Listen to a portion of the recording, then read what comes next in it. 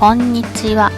100円ショップで揃う材料で作れるクラフトのアイデアを紹介しているケロです。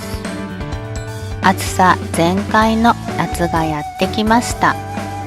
こんなに暑いと服を着るのも嫌になる。突然ですが、この夏、皆様は家にいるとき、どんな格好をしていますか？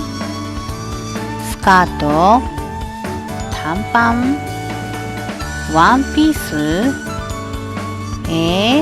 マパ？ケロはアッパッパー。アッパッパー、わかりますか？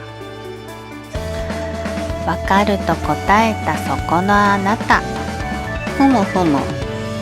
だいたい年がバレますね。ケロが子供の頃、夏が来ると母が「はい、アッパッパー着とき」とよく言っていました。おかげで大人になっても夏が来ると着たくなる。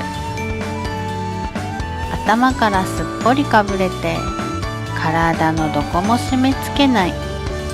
風通しがいい。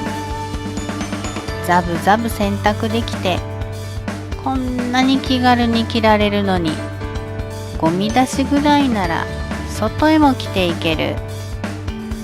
万能なんだ、アッパッパー。こんなにいいとこ尽くしですが、あえて短所を考えてみると、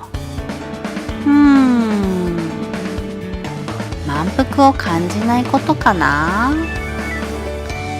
ダイエット中の方にはおすすめできませんが、ケロだけの夏のアイコンではなく、世界の夏のアイコンとして生き残ってほしい。アッパッパーの良さを広めたいと思ってます。夏のアイコンって何言ってんだってケロッとのバカにした顔が見えますが、着てみたらきっとわかるアッパッパーの良さが。